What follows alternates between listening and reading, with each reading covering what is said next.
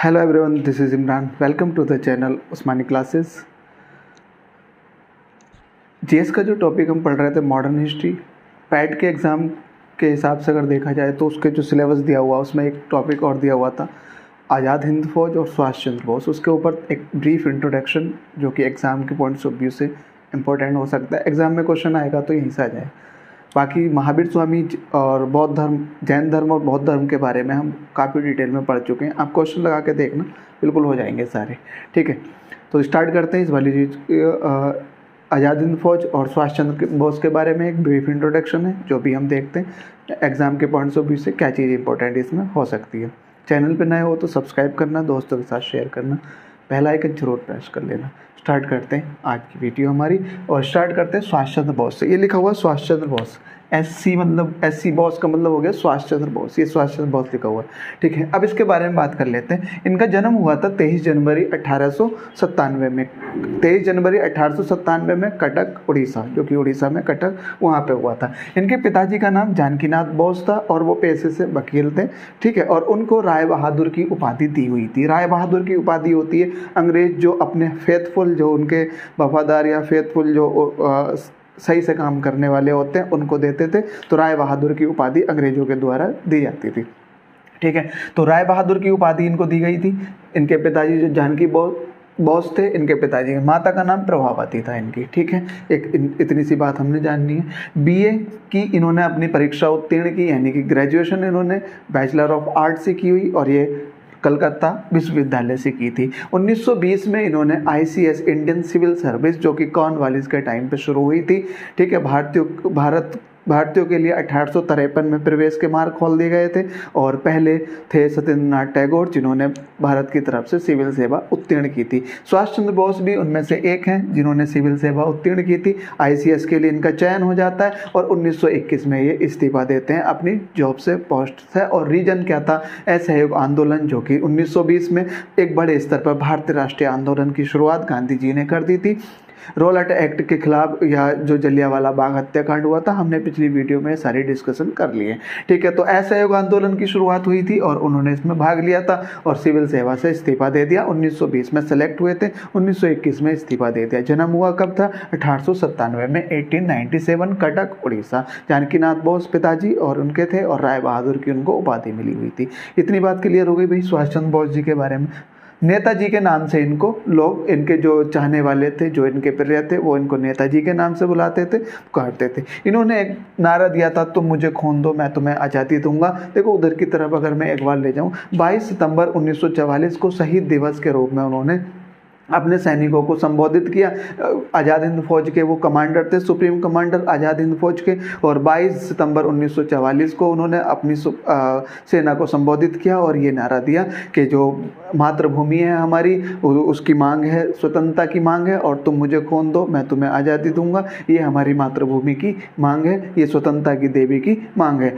स्वतंत्रता की देवी की मांग ये है कि तुम मुझे खून दो मैं तुम्हें आज़ादी दूंगा। तो ये ऐसा उन्होंने अपने सैनिकों को संबोधित किया था 22 सितंबर 1944 को और शहीद दिवस मनाया था उस दिन। स्टार्ट करते हैं इसके बाद आज़ाद हिंद फौज के बारे में थोड़ा सा इंट्रोडक्शन। ये टॉपिक दिया हुआ आज़ाद हिंद फौज का और सुभाष चंद्र बोस का। सुभाष चंद्र बोस के बारे में हमने इतनी इन्फॉर्मेशन पढ़ ली है, ये मोर देन सफिशिएंट है एग्जाम के पॉइंट्स ऑफ व्यू से, UPSSC के, पैट के। अब देखो UPSSC पैट करा रही है, पैट भी UPSSC करा रही है, बाकी के और एग्जाम भी, तो हो सकता है कि उनके सिलेबस में भी ये आ जाए, तो एक बार ही देख के काम खत्म करना पड़े। ठीक है, आज़ाद हिंद फौज 29 अक्टूबर 1915। 29 अक्टूबर 1915 को सबसे पहले जो थी राजा महेंद्र प्रताप सिंह ने आज़ाद हिंद फौज की स्थापना की थी। किस नाम से की थी उन्होंने? मूल नाम इसका आज़ाद हिंद सरकार की सेना रखा था और कहाँ पे की थी? अफगानिस्तान में। एक पहला हम इंट्रोडक्शन आज़ाद हिंद फौज का पढ़ रहे हैं, कहाँ से इसकी शुरुआत हुई थी? 29 अक्टूबर 1915 में राजा महेंद्र प्रताप सिंह और अफगानिस्तान में इन्होंने शुरुआत की थी और मूल रूप से इसका जो नाम रखा गया था आज़ाद हिंद सरकार की सेना। और लक्ष्य क्या था? भारत की आज़ादी, भारत को स्वतंत्र कराना इनका प्रमुख लक्ष्य था। गांधी जी भारत आए थे 1915 में, ये बात हमने पढ़ ली थी। राजा महेंद्र प्रताप सिंह अफगानिस्तान में और मूल रूप से आज़ाद हिंद सरकार सेना रखा गया। अब दूसरी बात आज़ाद हिंद फौज की, जो सुभाष चंद्र बोस वाली आज़ाद हिंद फौज थी, उसका कैसे निर्माण होता है, कहाँ से उसका बनना शुरू होता है, उसके बारे में हम देख लेते हैं। द्वितीय विश्व युद्ध 39 से चला शुरू हुआ था, 1939 से 1945 हिरोशिमा नागासाकी के ऊपर ख़त्म हो जाता है। इस दौरान 1943 में भारतीयों द्वारा भी अंग्रेजों को खदेड़ने की कुछ कवायद चली रही थी और ऑलरेडी भारत को स्वतंत्र कराने की चल रही थी। लेकिन उस द्वितीय विश्व युद्ध में भारत के जो सैनिक थे वो अंग्रेजों की तरफ से लड़ रहे थे, कॉमनवेल्थ की तरफ से कॉमनवेल्थ में भारत भी आता है। कॉमनवेल्थ देशों में, कॉमनवेल्थ देश वो होते हैं जो अंग्रेजों के गुलाम रहे, बहुत सारे देश, ऑस्ट्रेलिया और जितने भी बहुत सारे देश थे, ये जो अंग्रेजों के गुलाम रहे, ये कॉमनवेल्थ देश हुआ करते थे। इनकी सेना में भारत की सेना के कुछ सैनिक भी लड़ाई लड़ रहे थे इनकी तरफ से। ठीक है, आगे बात करते हैं। पहला फेज जो आज़ाद हिंद फौज का शुरू होता है 1943 में, देखते हैं क्या है। पहले आज़ाद हिंद फौज बनाई गई, किसके द्वारा बनाई गई इसके बारे में बात करें। रास बिहारी बोस, मोहन सिंह और कैप्टन मोहन सिंह, ये कैप्टन थे यानी कि रिटायर्ड थे, अंग्रेजी सेना में पहले से रह चुके थे, कैप्टन रह चुके थे, तो इन्हें पता था। निरंजन सिंह ये भी रह चुके थे। तो सर्वप्रथम इनके मोहन सिंह के मन में विचार आया कि भारत को आज़ाद कराने के लिए एक सेना का गठन करते हैं, आज़ाद हिंद फौज का निर्माण करते हैं। आज़ाद हिंद फौज का निर्माण हुआ और ये सेना जो होगी सशस्त्र होगी, यानी कि शस्त्र के साथ होगी, हथियारों के साथ होगी। बिल्कुल हमें अंग्रेजों से हथियारों के साथ लड़ना है। जापान की सहायता से टोक्यो में इन्होंने इसका निर्माण किया। अब देखो, भारत की तरफ से जितने भी सैनिक, अंग्रेजों की तरफ से जितने सैनिक भारत के लड़ रहे थे, तो जापानी सेना से लड़ रहे थे। जापान, इटली और जर्मनी एक तरफ थे, बाकी के ये अमेरिका, फ्रांस और ये सब एक तरफ थे द्वितीय विश्व युद्ध की अगर हम बात करें तो। ठीक है, तो भारत के जो सैनिक थे और अंग्रेजों के भी जो सैनिक थे, जो अंग्रेज ब्रिटिश सैनिक थे, वो भारत के सैनिक जो उनकी तरफ से लड़ रहे थे, जापान की सेना ने उनको बंदी बना लिया। ठीक है, बंदी जब बनाया तो अब देखना, जब जापानियों को लगा कि यार ये जो लोग हैं ये तो हमारे साथ ही लड़ेंगे, ब्रिटिशों के खिलाफ लड़ेंगे, तो उन्होंने जो बंदी सैनिक थे उनको इनके नेतृत्व में देके एक आज़ाद हिंद फौज की 16,000 के लगभग कुछ ऐसे सैनिक थे। वो बाद में 60,000 के लगभग और सैनिक जापान ने रिलीज़ किए और वो आज़ाद हिंद फौज में शामिल हो जाते हैं। ये बात इतनी समझ में आ गई। सशस्त्र आर्मी के नाम से सबसे पहले रास बिहारी बोस और मोहन सिंह, कैप्टन मोहन सिंह और निरंजन सिंह, इन्होंने आज़ाद हिंद फौज का निर्माण कराया। सशस्त्र सेना थी, आर्मी थी, इसका जो नाम था, और जापान की सहायता से टोक्यो में इनका निर्माण किया। सबसे पहले इसमें सेना में सैनिक कौन से थे जो जापान द्वारा बंदी बना लिए गए थे द्वितीय विश्व युद्ध के दौरान, जो भारतीय सैनिक बंदी बनाए गए थे वो थे। ठीक है, अब वो भारत के सैनिक भारत के लिए ही लड़ेंगे अंग्रेजों के खिलाफ। आगे बात करते हैं। जब इस तरह का हुआ तो आरंभ में देखो, जापानी द्वारा बंदी भारतीय सिपाही इस सेना में शामिल हुए। उसके बाद फिर रंगून और मलाया में जितने भी, रंगून इधर की तरफ जो जापान की वाला एरिया इधर की तरफ, रंगून और मलाया में जो भारतीय रह रहे थे, जो स्वयं सेवी थे, राष्ट्र सेवी थे, वो भी इसमें शामिल हो जाते हैं और सेना बढ़ती चली जाती है। ठीक है, अब जापान के सैनिकों ने बोला, जापान के प्रधानमंत्री या उनके कर्नल ने बोला कि तुम्हारी सेना का निर्माण हमने कराया तो हमारी तरफ से फाइट करो, लड़ाई करो। ठीक है, भारतीयों को तो आज़ाद कराना था। इस बीच में उनके दौरान कुछ अनबन हो जाती है और मोहन सिंह और निरंजन सिंह को गिरफ्तार कर लिया जाता है। ठीक है, तो आज़ाद हिंद फौज के जो मेन इंपॉर्टेंट लीडर हुए थे मोहन सिंह और निरंजन सिंह, जापानी सेना द्वारा गिरफ्तार कर लिए गए। अब बचते हैं अकेले रास बिहारी बोस, उनसे तो सेना संभाल ही नहीं गई। अब आगे बात करते हैं। अच्छा, अब इसके बाद आज़ाद हिंद फौज ठंडे बस्ते में चली गई। ठीक है, सेकेंड फेज अब इसका शुरू हो जाता है 1941 में। अब देखो जरा, सुभाष चंद्र बोस भी रंगून होते हुए और सिंगापुर होते हुए बर्लिन, मतलब जर्मनी चले जाते हैं। रंगून से जर्मनी चले जाते हैं। ठीक है, अब जर्मनी बर्लिन वो चले जाते हैं। बर्लिन में उन्होंने जाके क्या देखते हैं, सुभाष चंद्र बोस ने इंडियन लीग की स्थापना कर दी, एक आर्मी बना दी उन्होंने इंडियन लीग की। अब वो इंडियन लीग में कौन से सैनिक थे, देखो जापान द्वारा जो बंदी बनाए गए थे तो वो तो आज़ाद हिंद फौज में। ठीक है, अब ये जो सैनिक थे, ये वाले सैनिक थे जो जर्मनी द्वारा बंदी बना लिए गए थे। जो जर्मनी द्वारा बंदी बनाए गए थे वो वाले सैनिक अब इस इंडियन लीग में शामिल हो जाते हैं। इंडियन लीग अब सुभाष चंद्र बोस ने बना ली। इंडियन लीग कहाँ पर बनाई, बर्लिन में, और किसने बनाई ये मैंने यहाँ लिख दिया, सुभाष चंद्र बोस में। और इसमें जो सैनिक थे वो बंदी बनाए गए थे जर्मनी के द्वारा द्वितीय विश्व युद्ध के दौरान, उसमें ये सैनिक शामिल हो जाते हैं। जून 1943 में जापान से अच्छा, इसके बारे में और बात करते हैं थोड़ी सी। भी इसके बीच का डिस्कशन और कर लेते हैं क्या होता है। जर्मनी के सेना ने भी फिर से यही किया, जर्मनी के कमांडर ने भी यही किया, हमारी तरफ से तुम्हें लड़ना है अंग्रेजों के खिलाफ, ठीक है। तो अब क्या होता है ना, सुभाष चंद्र बोस, इससे पहले एक बार और जापान की सेना को एक बात पता लग जाती है कि इस तरह से बर्लिन में सुभाष चंद्र बोस ने एक आर्मी का निर्माण किया है, एक इंडियन लीग का निर्माण किया है, और वो फिर उन्होंने अपने साथ मिलाने की कवायद में लग गए, मिलाने लगे, यानी कि इनसे उन्होंने राब्ता किया और आपस में एक साथ होकर लड़ाई लड़ने की बात की। अब क्या होता है, सुभाष चंद्र बोस पनडुब्बी से सिंगापुर पहुंचते हुए, सिंगापुर होते हुए सीधा टोक्यो पहुंच जाते हैं, जापान पहुंच जाते हैं, ठीक है। अब जापान जून 1943 में जापान से रेडियो से उन्होंने संबोधित किया भारतीयों को, ठीक है। उन्होंने कहा अब अंग्रेज इतनी आसानी से तुम्हें देश छोड़कर नहीं जाने वाले, उनके खिलाफ लड़ना ही होगा, हमें एकजुट होकर लड़ना पड़ेगा। तो जापान के रेडियो से उन्होंने जून 1943 में देश को संबोधित किया, भारतीयों के लिए एक संदेश दिया रेडियो द्वारा, जापान रेडियो द्वारा।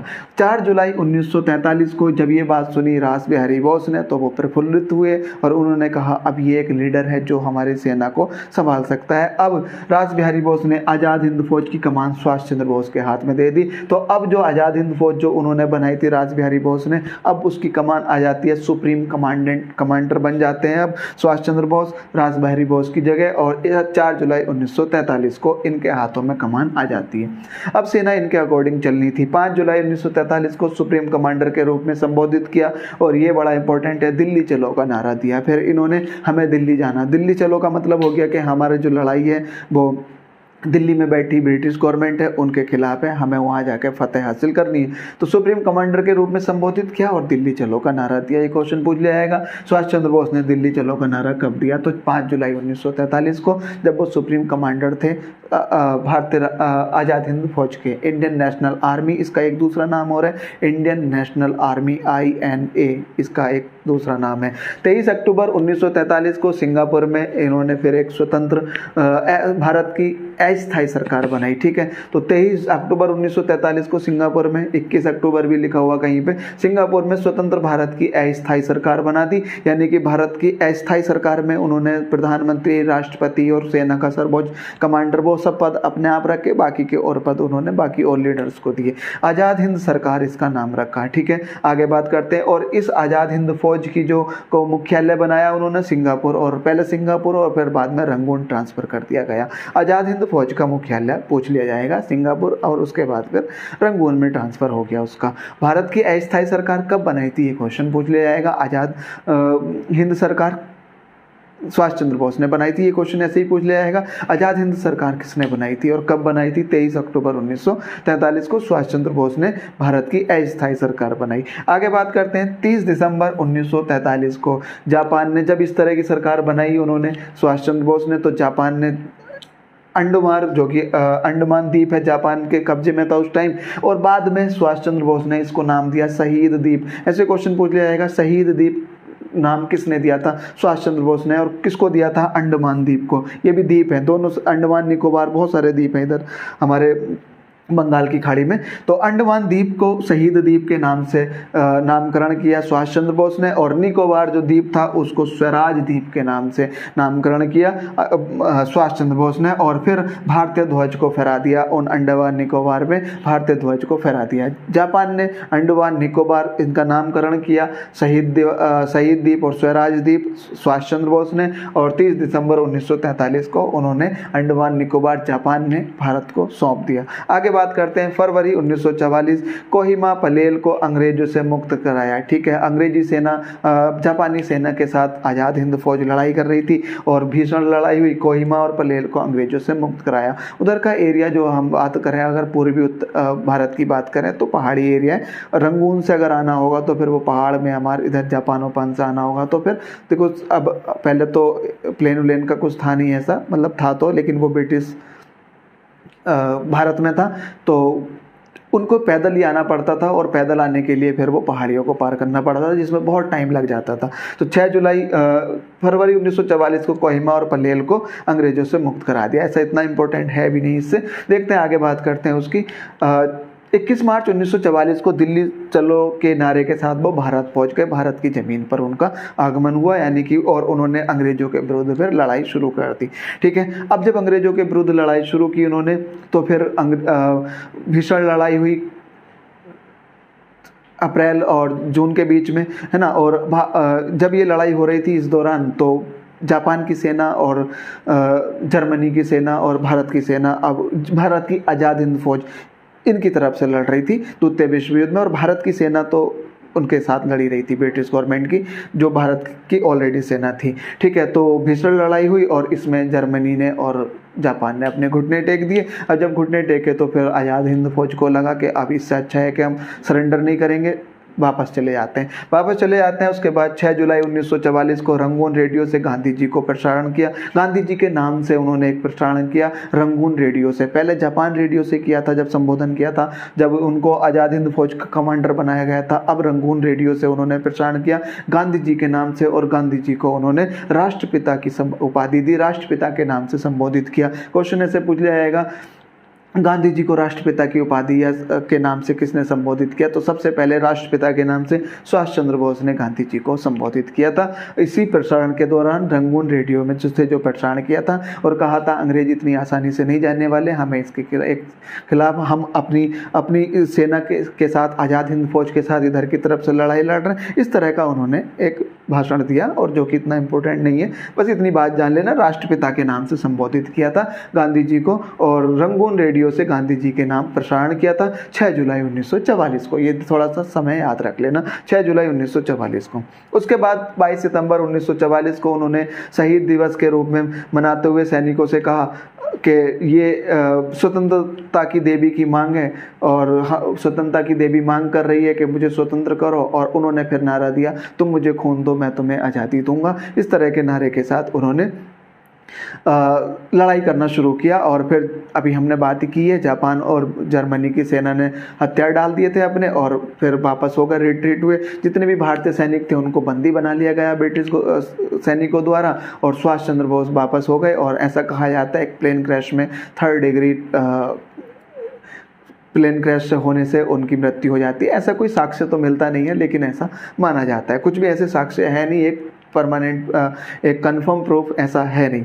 ठीक है, तो उसके बाद जितने, और इन्होंने बाकी और आज़ाद हिंद फौज के साथ साथ और भी बहुत सारी गोरिल्ला सेनाएं बनाई थी, गांधी जी के नाम से बनाई थी, नेहरू जी के और लक्ष्मीबाई के नाम से, और उनके अपने अपने कमांडर थे। कर्नल सहगल साहब, कर्नल ढिल्लो साहब और शाहबाज खां के नाम से ये कुछ सैनिक, कुछ कमांडर हुए थे। इनको अंग्रेजों ने गिरफ्तार कर लिया, और उस टाइम का जो बेवल था यहाँ का वायसराय, और फांसी की सज़ा उनको, राजद्रोह का झूठा मुकदमा चलाकर फांसी की सज़ा उनका सुना दी गई। फिर भारतीयों द्वारा प्रोटेस्ट हुए बड़े स्तर पर, ठीक है, कि आज़ाद हिंद फौज को छोड़ो, लाल किले को तोड़ो, आज़ाद हिंद फौज को छोड़ो, ऐसे कुछ उन्होंने नारे लगाए, स्लोगन लगाए, और दबाव में आकर बेवल ने अपने को चेंज कर दिया, अपनी शक्ति का यूज़ करके उनकी जो फांसी की सज़ा थी उसको माफ़ कर दिया। ये था हमारा आज़ाद हिंद फौज के बारे में। और उसके बाद जितने भी सैनिक थे वो ब्रिटिश गवर्नमेंट सैनिकों के कब्जे में आ गए थे, और सुभाष चंद्र बोस अपना जापान लौट गए थे वापस।